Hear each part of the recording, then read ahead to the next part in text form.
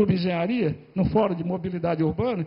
Aí me deram espaço lá, e eu aproveitei o espaço e criei um movimento que eu também quero uma estação do metrô, dizendo que, tipo, eu fiz um panfletozinho dizendo justamente que com custo de 3 estações de Ipanema-Leblon, eu faço 18 estações saindo do centro da cidade até Realengo, tá certo? E mostra aqui, ó, está até aqui mostrando os equipamentos, são 3 TBM com várias frentes. Eu insiro nesse meu trabalho uma obra, que também é uma obra polêmica aí também, e que toda hora, todo mundo fala, que é o túnel extravasor, né? Túnel extravasor que seria o oposto ao que está sendo feito, que são os piscinões, tá certo? Mas tem espaço para os dois, na verdade tem espaço para os dois, porque os piscinões não vão dar demanda, vão ter muitos problemas, a gente sabe disso, o pessoal de São Paulo, eu já vi um geólogo aqui de São Paulo, falou, os piscinões de São Paulo estão tudo assoreados, certo? Com sujeira e sedimentos mesmo das encostas que correm para dentro dos piscinões, estão assoreados. E aqui vai acontecer isso também, tá certo? Então, o extravasor, para mim, não está morto. Agora, o que é que eu fiz? Eu fiz, nesse meu trabalho, eu dou uma alternativa, que eu saio da Rua Uruguai, faço um túnel até Jardim Botânico, que era o projeto original do extravasor. E do Jardim Botânico, levo ali para o Vidigal, que já está até construído. Também, talvez a maioria não saiba, mas existe um túnel já construído na década de 70, que tem 7 quilômetros, se não me engano, escavado, que está lá abandonado, que é a parte do túnel extravasor das águas ali no Jardim Botânico, jogando no costão lá do Vidigal. Aí o que é que eu fiz? Eu vi um trabalho, né, na Malásia, que foi feito em Kuala Lumpur, que era... Eles fizeram lá, eles construíram. Tem um filmezinho que mostrou no National Geographic, se eu não me engano, no Discovery, sei lá, que mostrava como eles escavaram, tudinho como é que foi feito, né? E o sistema lá é o seguinte, é um túnel rodoviário, funciona normalmente durante o ano, e algumas vezes do ano eles são fechados para os automóveis e é para extravasão de água. Então, nesse meu trabalho eu inseri essa ideia aí, que eu saindo da Rua Uruguai, eu circulo normalmente, eu faço a integração da linha 1 com a linha 4, certo? Através de ônibus. Por que de ônibus? Porque se eu vou jogar um extravasor ali, eu não posso jogar um metrô, certo? Porque se eu vou passar água ali suja e tudo, como é que eu vou fazer isso? Fica complicado. Então seriam ônibus até que eu botei híbridos, né? Elétrico que seja, né? Mas que não seja poluente, né? E esses túneis só circulariam ônibus de integração e serviços de carros públicos, né, em emergência principalmente, tá certo? Que ligaria da Rua Uruguai até o Jardim Botânico, e depois do Jardim Botânico, iria até o Vidigal também, e fazendo uma estação, inclusive, do metrô no Vidigal, que poderia estar incluído nesse projeto atual do governo, uma estação no Vidigal. Na hora que ele sair do Leblon, ele entra no maciço rochoso, ali poderia, inclusive, entrar dentro desse túnel, podia interceptar esse túnel aí, e fazer uma estação ali para o Vidigal. Seria uma coisa que não pensaram também nisso. Para a questão de demanda, acho que o Vidigal ia dar muito mais demanda do que a estação Nossa Senhora da Paz, por exemplo, né? E outra coisa que eu até inseri aqui, que está aí, desde quando eu comecei esses estudos subterrâneos, que é uma caverna que tem ali no morro do Leme. Não sei se vocês já perceberam que na encosta do morro ali, onde tem um forte, tem uma casinha assim, uma tubulação saindo. Ali foi um projeto da SEDAI da década de 1950, que era para um reservatório de água, para quando houvesse problema na distribuição de água, certo? Ali seriam reservatórios que entrariam em funcionamento quando houvesse problema de abastecimento de água, porque ali é terminal, é um ponto terminal. Então a água chega ali, seria armazenada, certo? E depois, em épocas de necessidade, ele serviria aquela área do Leme e do Lido. Só que depois que construíram, tem 2 cavernas lá, com 10 mil metros cúbicos cada uma, e quando acabaram de construir, descobriram que não ia dar certo, porque tinham que botar bomba lá embaixo para recalcar, que a água chega na cota 0 e tem que levar até a cota 20, onde estão os reservatórios. E ficaram abandonados isso lá, essas obras. Aí, nesses estudos que eu desenvolvi, eu falei, vamos criar a Casa do Geólogo, através da Associação Profissional, a gente tem esse projeto lá, de criar a Casa do Geólogo lá, tá certo? E por aí vai, né? E aqui mostra aqui, né, como é que como é que se constrói, como é que se faz, cronograma, custo, tem tudo isso, né?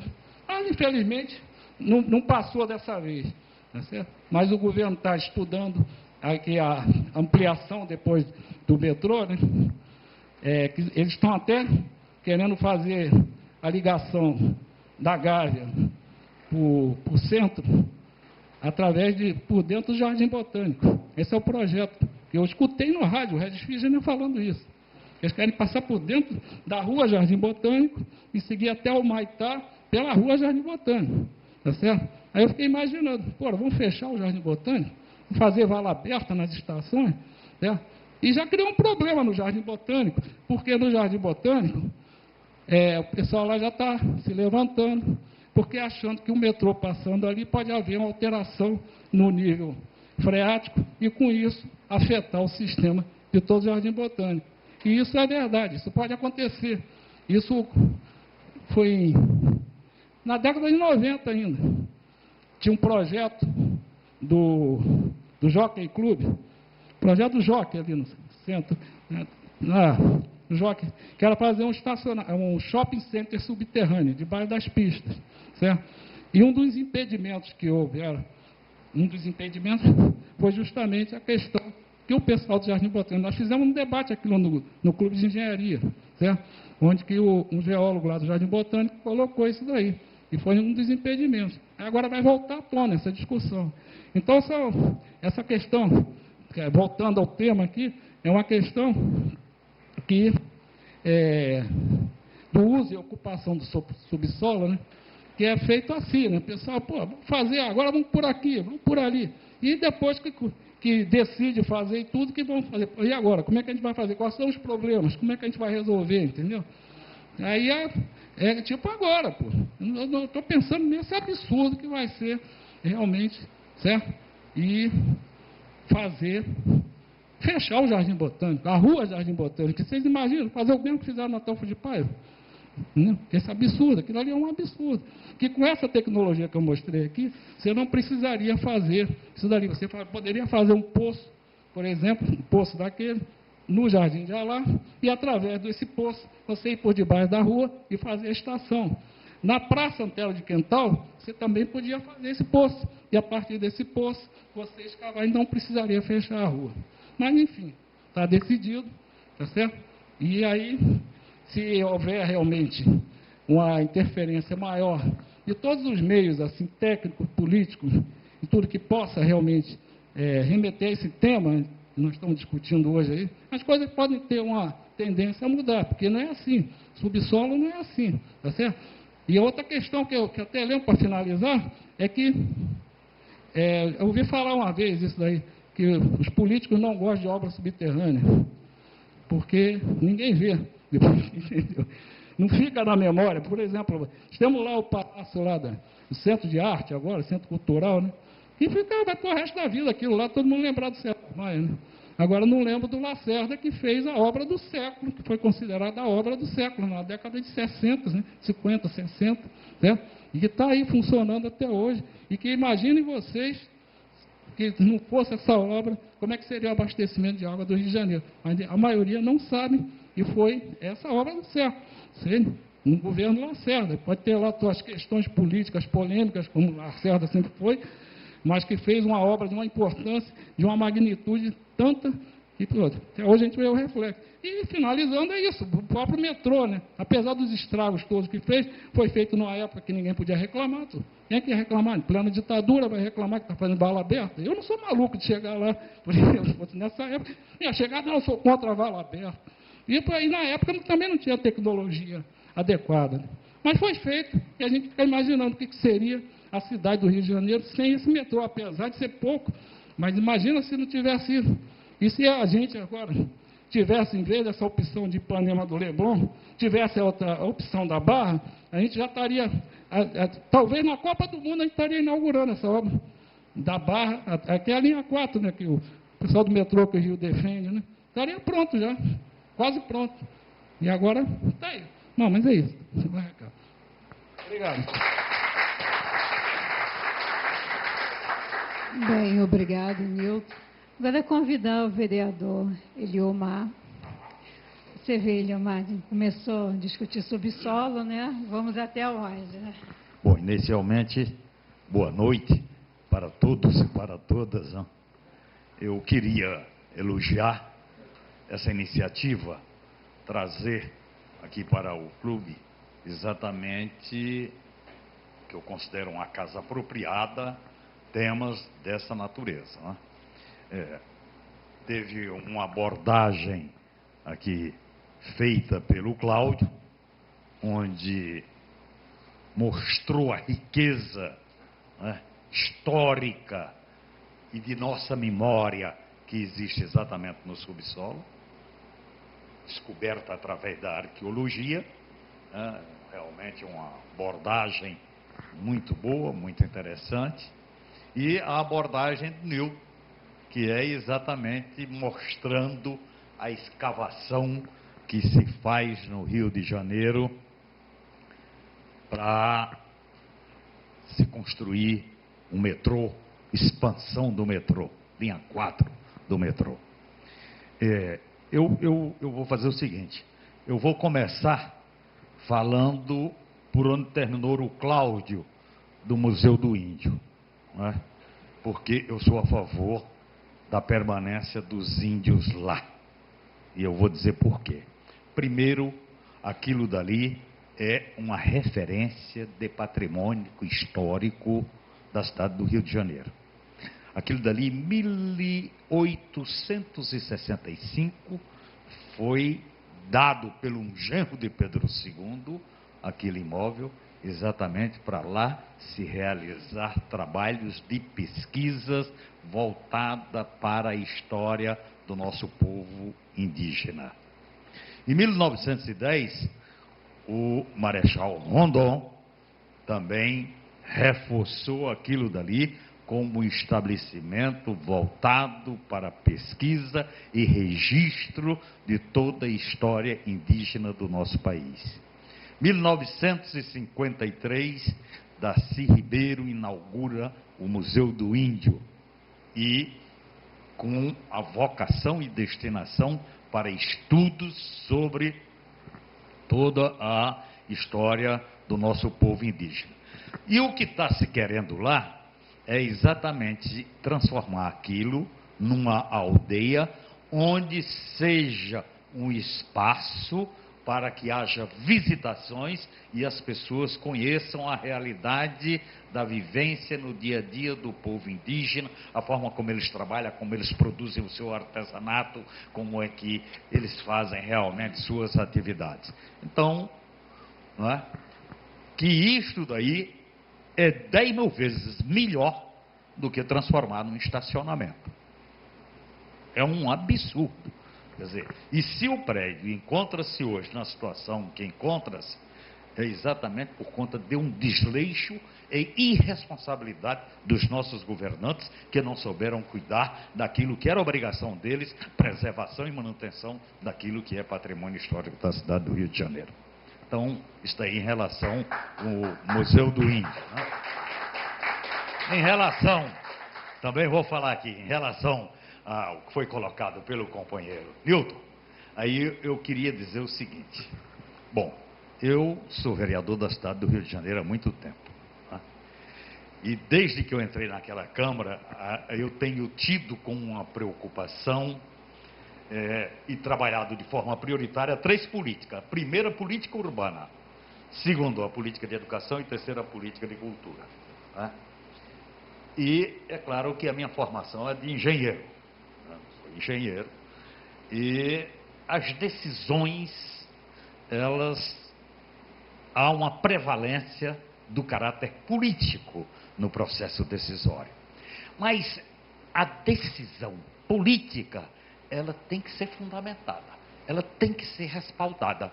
E a fundamentação e o respaldo mais apropriado e adequado é exatamente aquele parecer técnico sobre o que se pretende fazer.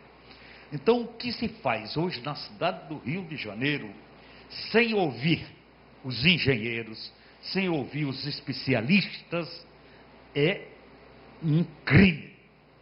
É um crime. E aí, para entrar exatamente no nosso assunto, que é a questão de uso do subsolo, primeiro, quase que não existe nenhuma legislação a respeito disto. Não existe.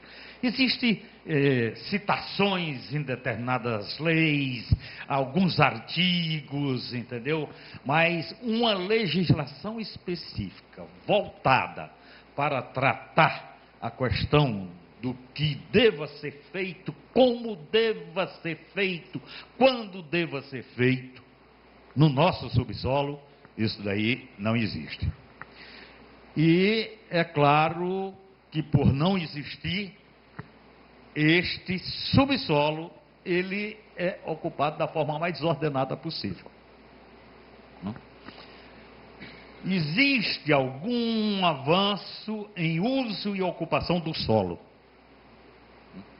Mas quando nós falamos em uso e ocupação do solo, por exemplo, às vezes um dos grandes embates que a gente tem tido lá na Câmara Municipal é a autorização que é solicitada pelo Executivo ao Legislativo, e o Legislativo termina aprovando para se construir determinados empreendimentos. E a gente vê assim, olha, esse empreendimento, primeiro, qual o estudo que existe em relação aos impactos que irão provocar? Aí não existe.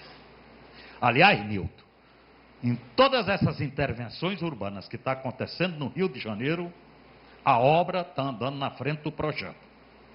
O que é uma vergonha. E eu vou te falar uma coisa. O Clube de Engenharia, eu acho que tem que ser mais firme em relação a isso daí. A essa questão. Entendeu? Porque é uma vergonha. Não existe estudo de impacto. Estudo EIA-RIMA, não existe. Você pega essa obra do metrô aí, pega essas Transolímpica, Transcarioca,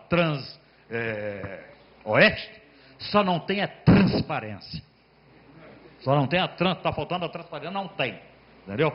Então, nós, como parlamentar, temos a prerrogativa de fazer solicitação de algumas informações, através de um requerimento de informação, a prerrogativa nossa. E a obrigação do Executivo responder. Eles não respondem, a gente faz. Por quê? Porque eles não têm projeto. Quer dizer, não há planejamento. O que se faz na cidade do Rio de Janeiro, hoje, não tem planejamento. Não tem planejamento. Eu não sei o que vai acontecer. Né? Eu, por exemplo, a minha especialidade é estrutura. E na escola eu aprendi que o melhor amigo do homem não é o cachorro, é o concreto armado. Né? Que fazem os maiores absurdos e não cai. Para cair é a coisa mais difícil que existe. Mas você viu que BRT, o túnel que foi feito às pressas, provavelmente com um prazo que não poderia ser o mais apropriado para se inaugurar e ter um cacife eleitoral, está rachando, apresentando rachaduras. Isso é um negócio complicado. E aquela obra é uma obra caríssima. Né? Esse negócio que você falou aqui, de você, de repente, levar o metrô, tudo isso daqui, por 1 bilhão, e agora os caras vão fazer 5 bilhões, é porque, no fundo, não se tem o menor respeito, entendeu? Pelo dinheiro público, não se está tendo o menor respeito pelo cidadão e a cidadã moradora desta cidade. Esse é que é o grande problema. Nós estamos vivendo num estado de anomia, porque leis existem, mas eles estão rasgando diariamente leis exatamente para fazer o que eles querem e entendem. A cidade do Rio de Janeiro, seus moradores, não estão tendo noção do que está acontecendo com essa cidade. Uma cidade que se prepara para ser destinada única e exclusivamente à mercantilização e elitização dela. Isso daí, o carioca vai pagar um preço que ele não está sabendo o que significa. Bom, mas aí o que acontece? Quer dizer, quando é solicitado o tal do empreendimento, então a gente diz, olha, não tem mais condições de edificar. Porque nós sabemos que, por exemplo, ao você trabalhar, digamos, toda a ocupação do território, então o que você faz? Você parte do pressuposto de que uma população de 10 mil pessoas numa determinada área, dá para essas pessoas se instalar e viver com qualidade de vida, onde é garantido exatamente com a abertura das vias para você ter uma circulação boa, a existência exatamente das áreas verdes para você, preservação do meio ambiente. E aí, é claro, com 10 mil, a distribuição dessas 10 mil pessoas, você faz, por exemplo, em edifícios. E esses edifícios aí você define exatamente, digamos, o parâmetro urbanístico primeiro, que é, digamos, 6 pavimentos. Digamos. Então, em cima da definição de 10 mil pessoas ocupando prédios de 6 pavimentos, então o que você faz? Você vai exatamente começar a planejar a sua infraestrutura, né? Quer dizer, a infraestrutura projetada. Então, o que acontece? De repente, você tem isso definido aqui na cidade do Rio de Janeiro, né? Essa infraestrutura projetada, ela tem uma dimensão X para atender exatamente as 10 mil pessoas, que é a questão do abastecimento da água, a rede do esgotamento sanitário, o sistema de escoamento das águas por ocasião das precipitações pluviométricas, ou seja, o sistema de drenagem, ou seja, tudo isso daí você tem que trabalhar em função daquilo que você definiu como adensamento daquela área, o adensamento populacional daquela área. Então, se você definir que o negócio é 6 pavimentos ou 10 pavimentos, o máximo, digamos, quando toda a área estiver ocupada, digamos que seja tudo de edifício de 10 pavimentos. Aí, de repente, vem uma autorização para construir um edifício de 30 pavimentos. E aí a gente vem assim. Bom, primeiro, porque quando todo edifício empreendimento que é feito aqui na cidade do Rio de Janeiro, ele recebe 2 certificados da SEDAI, né? Um que é um certificado de possibilidades de abastecimento de água, e outro é o certificado de possibilidade de esgotamento sanitário. Eu tenho a impressão que se você perguntar qualquer construção que estiver sendo executada atualmente na cidade do Rio de Janeiro, se eles têm esses 2 certificados, nenhum deles vão ter. Ele só pode começar quando tem esse certificado. Então, aí o que acontece? Aí a gente me assim, bom, mas passa para 30 pavimentos. Se a gente conversa com as pessoas, né, que não são especialistas, né, então, mas é um edifício de passar de 10 para 30 pavimentos, daí não. Mas, só que está começando a comprometer a infraestrutura instalada, conforme ela foi projetada. Outra coisa, vamos saber o que tem de infraestrutura instalada. E aí nós entramos exatamente na questão do subsolo, que não se conhece nada que existe no subsolo do Rio de Janeiro. Em relação à rede de abastecimento de água, em relação à rede de telefonia, em relação à rede de internet, em relação ao esgotamento sanitário, não existe um mapa. O alcaide Eduardo Paes tem anunciado aí, como ele sempre gosta de fazer, né, bravateando, dizendo que vai exatamente fazer o mapeamento do subsolo da cidade do Rio de Janeiro. Até agora não foi dado um prego, numa barra de sabão, para que isso realmente se concretizasse. De maneira que nós... Então, você vê o seguinte, nós estamos diante... A cidade do Rio de Janeiro hoje é um palco de obras. Essas intervenções urbanas que estão acontecendo ali na zona portuária, ali... Pelo menos o projeto que foi apresentado para nós inicialmente, que eram a ser executado em 2 fases. A primeira fase, todo aquele trabalho de reordenamento urbanístico, de reajustamento das coisas, aquilo, inclusive feito pelo Executivo Municipal, às custas dele, avaliado em 200 milhões de reais, que já vai muito mais do que isso daí. E a segunda fase, que seria inclusive a fase onde tem a derrubada da perimetral e a abertura do mergulhão. Bom, nesta segunda fase, para vocês terem noção, está previsto mais ou menos a instalação de uma rede de abastecimento de água em torno de 76 quilômetros. Uma rede de energia, é tudo assim, 76 quilômetros, esgotamento sanitário 72, elétrica não sei quantos de dutos, entendeu? Por aí vai. Tem realmente um projeto para isto realizado? Não tem. Não tem. Então, o que acontece? Quer dizer, está sendo feito tudo ao contrário. Nós não temos um planejamento. Tudo que está sendo feito é feito sem planejamento. Né? A gente tem notícias de coisas que são feitas e depois tem que ser desfeitas para se fazer de um ou outro modo, porque aquilo não é a forma mais correta. Agora, isso daí custa dinheiro. E o dinheiro quem paga? Somos todos nós. É o contribuinte. Quer dizer, essa forma irresponsável dos nossos governantes de lidar com o dinheiro não está no gibi. Né? Então, o nosso subsolo, a primeira coisa que tem um grande desafio é exatamente fazer esse mapeamento. Para que a gente tenha realmente... Porque você já pensou o que significa a derrubada da perimetral e a construção de um mergulhão ali? Aquelas fundações, como é que você vai lidar com aquilo? Quer dizer, não é fácil. Aquilo dali vai ter cada problema que o cidadão não está imaginando o que vai encontrar debaixo daquilo ali. Inclusive para a arqueologia.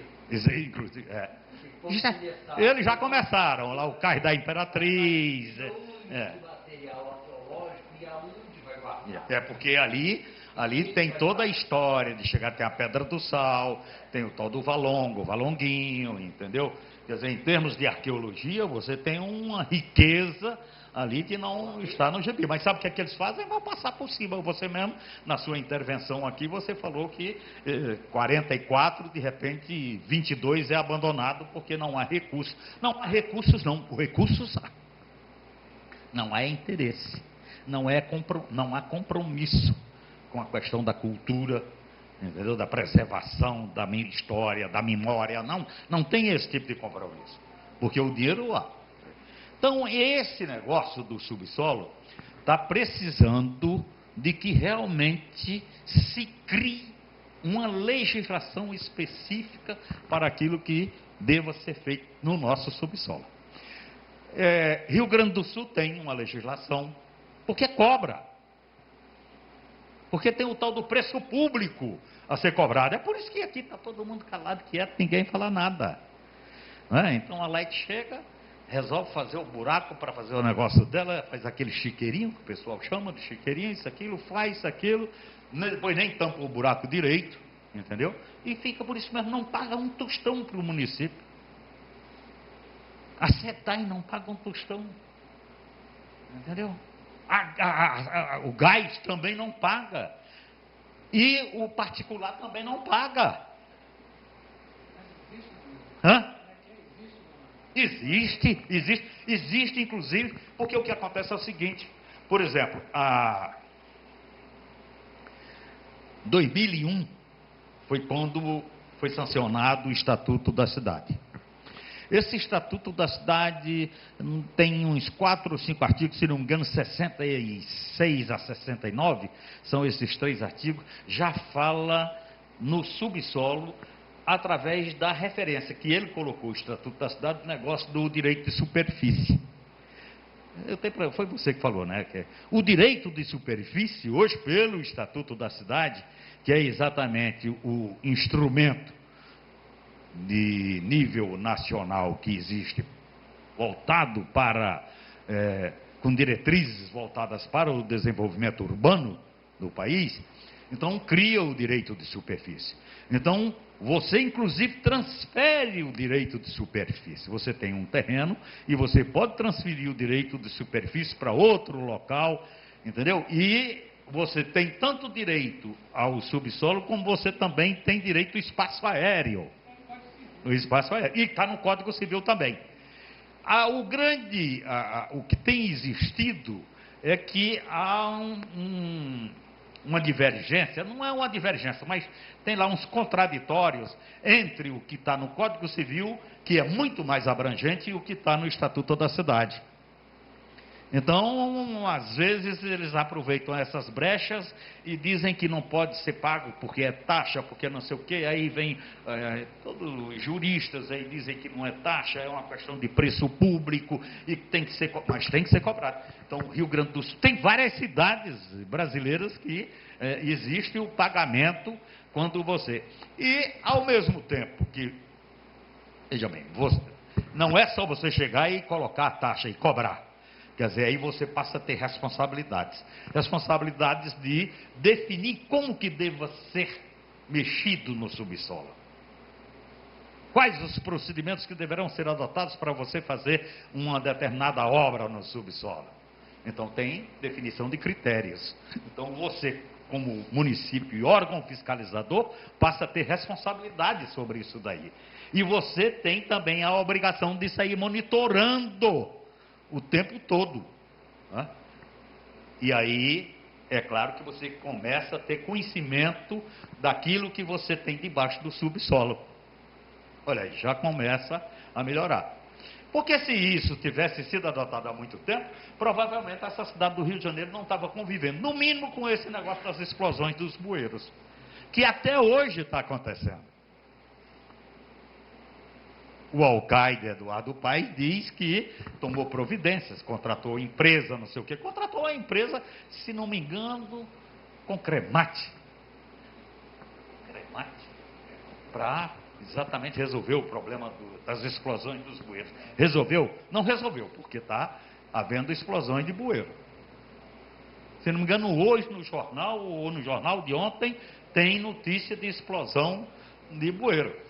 Quer dizer, então, o que é isso? É porque aquilo que deveria ser adotado como procedimento para o tratamento daquelas galerias que são recebedoras de equipamentos, da LAIDES, aquilo, quer dizer, aí, se houvesse procedimentos, se esses procedimentos fossem acompanhados, monitorados, automaticamente não estaria acontecendo, talvez, as explosões do bueiro, não é? Hein, Hugo Caran?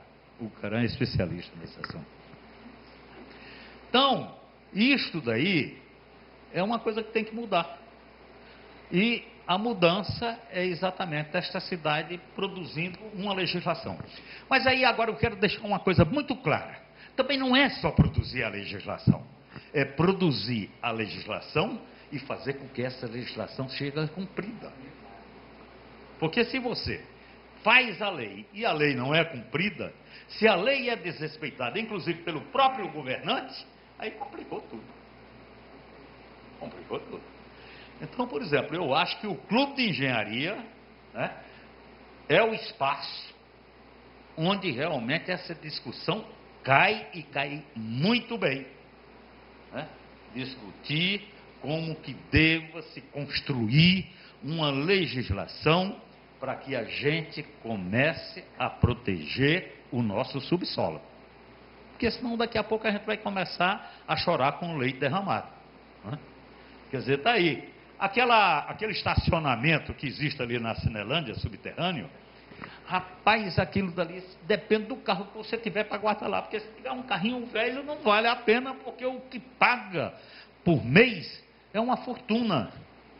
E aquilo dali, será que aquele espaço se paga alguma coisa por ele?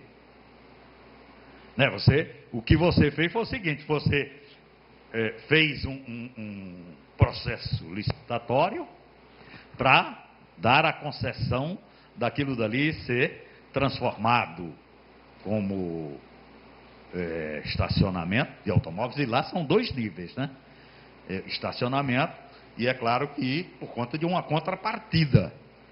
Mas única e exclusivamente em função do que você constrói e daquilo que você vai auferir por conta do que é cobrado de estacionamento. Mas em relação ao subsolo, aquilo dali é dado de mão beijada. Aliás, nas nossas legislações que vocês poderão encontrar, uma lei aqui, outra lei acolá, isso aquilo, do município do Rio de Janeiro, diz que não se paga, e aí fala não sei o quê, mas não se paga imposto quando se trata do uso do subsolo. Hã? Então, eu acho oportuno, teve duas abordagens distintas dessa abordagem que eu estou colocando, mas que contempla tanto uma como outra. Né?